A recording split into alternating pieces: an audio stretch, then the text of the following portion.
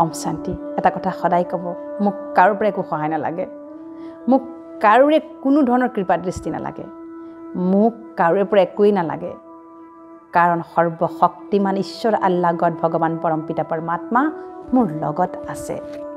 ভগৱানতকৈ ডাঙৰ ব্যক্তিজন কিবা হ'ব পাৰে, ভগৱানতকৈ ডাঙৰ সত্তাজন কিবা হ'ব পাৰে, মোক কোনো ডাঙৰ কাৰো হাত নালাগে, মোক কাৰোৰ লগত ইমান বেছি ঘনিষ্ঠতা কৰি থকা দৰকাৰ নাই, মোক কাৰোৰ লগত ইমান বেছি ঘনিষ্ঠতা কৰা দৰকাৰ নাই, মোক কাৰোৰ লগত মিঠা মিঠা কৈ থকা দৰকাৰ নাই, মোক কাকোকে মই লেক পুলিং কৰি থকাও দৰকাৰ নাই।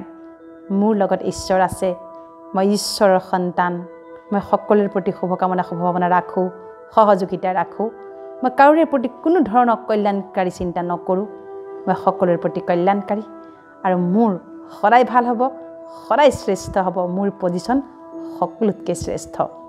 এইবিলাক কথা আপুনি নিজে নিজৰ লগত কৈ থাককচোন।